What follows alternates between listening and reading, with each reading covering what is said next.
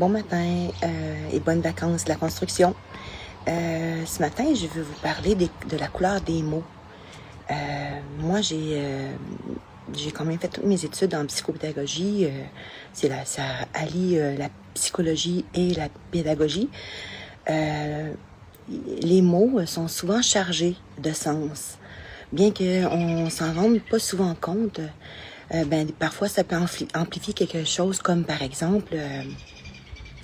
quand on dit, vous avez déjà entendu parler, quelqu'un qui dit, chacun vit ses combats, je choisis mes combats. Tu vois, moi, je dirais, je choisis mes défis, parce que le mot combat, en tant que tel, est chargé de sens par rapport au combat, justement, à la guerre, ou aux références que la personne fait elle-même au combat. Mais en même temps, c'est chargé de sens par rapport à... C'est un système, c'est systémique, là. Pareil, comme un exemple, je dis à mes enfants... je donne un mot, là, mais je veux dire, si je dis un exemple, j'ai des douleurs chroniques, je vis des douleurs chroniques. Et si je dis un exemple, je souffre de douleurs chroniques. Qu'est-ce que ça fait, la différence entre les deux? Vous le sentez peut-être que non. Est-ce que vous voyez qu'il y a une différence quand je le dis, je vis des douleurs chroniques et je souffre de douleurs chroniques? Alors, le mot « vie » et le mot « souffre » ont des charges, autrement dit, où ils sont chargés de sens. Autrement dit, qu'on peut peut-être penser que la personne souffre, ça amplifie les douleurs chroniques, tandis que « vie », c'est plus neutre. Moi, en tant que scientifique aussi, j'écris beaucoup. Et puis, on fait attention aussi à la charge qu'on peut porter au sens puis aux mots qu'on qu'on choisit pour écrire une phrase, pour essayer d'être le plus neutre possible dans ce qu'on dit. Et aussi dans la vie, le fait de le faire, ça peut peut-être nous aider à passer à travers des épreuves ou des défis. Hein? L'épreuve, le mot épreuve est chargé en tant que tel dans notre tête, on entend épreuve. Quand on sait la définition, on sait que c'est quelque chose de difficile à vivre. Alors, si je dis défi, ça peut être quelque chose de plus ambitieux, ça peut être quelque chose à relever. C'est comme de dire un exemple, je dirais, c'est comme ça, on s'en cherche des mots, là, mais je veux dire, la vie est plein de mots comme ça, qu'on se rend pas compte. Il s'agit juste de réfléchir à chaque fois qu'on parle, le mot qu'on vient de dire, s'il est tendancieux par rapport à, il est chargé négativement. Tu fais toujours ça comme ça aussi, ça c'est toujours ça comme ça, tu fais toujours ça comme ça. Donc c'est de généraliser à ce moment-là, les mots sont chargés. Alors dire tu viens de faire ça comme ça, tu sais. Alors là c'est pas emprunt de charge, autrement dit émotionnel quand on le dit. Donc tout est pesé quand on réfléchit, quand on réfléchit à qu'est-ce qu'on dit. Si on tourne, quand ils disent tourner notre langue 7 fois avant de parler, c'est justement d'essayer d'être le plus neutre possible pour avoir un effet plus probant dans le ici et le maintenant.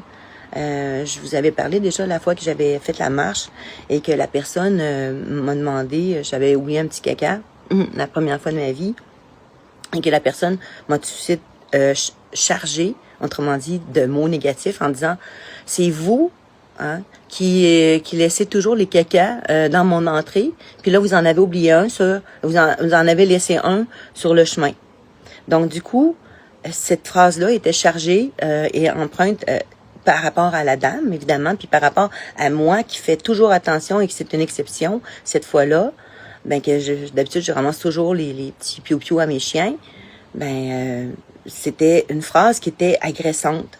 Alors, de faire attention quand on parle à quelqu'un, tout prend son sens avec chacun des mots qu'on choisit pour qu'ils soient posés plus positivement. Hein? Donc, j'en aurais peut-être d'autres exemples comme ça, mais là, j'y pense comme pas tout de suite. Puis, c'est ça, fait que pour moi, hier, j'ai marché et j'ai vraiment pris une journée relax. J'ai vraiment été autour de la piscine toute la journée. Mais j'ai pas resté dans la piscine toute la journée. J'ai resté une petite partie dans la piscine et j'ai resté à me balancer. Et lorsque mon mari est arrivé, ben c'est ça m'a fait un bien. Puis après ça, j'ai parlé avec des personnes qui ont des douleurs chroniques aussi. Ben, ça peut être la fibromyalgie aussi, c'est une maladie qui est invisible comme les douleurs chroniques. Et souvent incomprise des proches et des proches, mais pas relativement proches. Pas les proches comme nos enfants, tout ça, peut-être quand même un peu, mais un exemple, notre entourage ou mais en fait, ceux qui sont pas dans la maison avec nous, plus précisément, puis même parfois ceux qui sont dans notre maison, faut leur rappeler, comme je dis régulièrement, faut rappeler aux personnes qui sont à côté de nous qu'on a des douleurs, mais on va bouger quand même, mais on fait juste signifier, sans le dire. Là, je souffre de douleurs chroniques. Je dis tout de suite que j'ai quand même des douleurs, mais ça me fait vraiment plaisir que tu sois là. Je suis contente d'être avec toi, puis chaque petit déplacement est un petit peu difficile pour moi, mais c'est un petit défi. Hein, le mot difficile, voilà, c'est un petit peu difficile. C'est un petit défi pour moi. C'est toujours de penser à qu'est-ce qu'on dit, dans la manière qu'on le dit, pour que ce soit plus agréable, qu'on soit plus positif. C'est drôle parce que mon mari hier me disait, mais toi avec ton positivisme, j'ai une amie qui s'appelle Manon que j'adore, qui c'est ma best parce qu'on s'écrit à toutes les minutes de nos vies, dans la journée, à brûle pour point, n'importe quand, même si on se voit pas physiquement, on est tout le temps ensemble, on se tient la main dans tout ce qu'on vit. Et ben là, il dit, ben je vais être positif là, il dit, t'as Maui là, je dis Maui. Ben oui, t'as Manon, mais ma puis non, c'est négatif, on va dire ma oui. Ah ben ouais, j'ai trouvé drôle, j'ai retrouvé parce que là il a vraiment utilisé ma manière de voir les choses, mais là il a tourné ça un peu à la blague.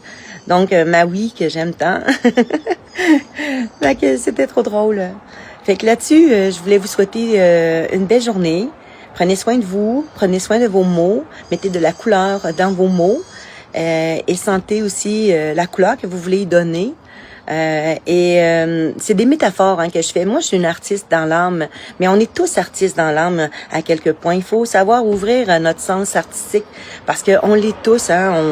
Juste à la manière de bouger, quand on lave la vaisselle, ça peut être très artistique. Marcher dans notre jardin, juste essuyer la vaisselle, prendre le thé, tourner notre temps, tourner la cuillère dans notre thé. Nos façons de bouger, les micro-mouvements peuvent être très, très, très artistiques. Alors, hier, j'ai eu une personne qui c'était quoi ça? Que c'est ça? Que le mot français, que c'est ça? Hein, parce que je parlais justement de... Hier, j'avais parlé du... j'ai un petit blanc. Hier, j'ai fait une métaphore, autrement dit, par rapport à notre météo intérieure. Hein. Notre météo intérieure, c'est une métaphore. C'est une image métaphorique de notre senti intérieur, notre ressenti, puis notre vécu. J'avais fait une parallèle ou une image colorée de ce qu'on ressent à l'intérieur. Et ça peut être dit d'une façon métaphorique, justement. Donc, c'est juste de voir que moi, je suis quand même une artiste, vraiment. Puis vous l'êtes tout autant que moi. Il s'agit d'ouvrir cette petite étincelle-là, d'allumer cette petite étincelle-là et de le ressentir à l'intérieur de soi pour pouvoir être aussi coloré à votre façon, à vous. Donc, vous allez voir que je suis métaphorique souvent. Là-dessus, je vous souhaite de belles vacances de la construction et une belle journée et à tantôt.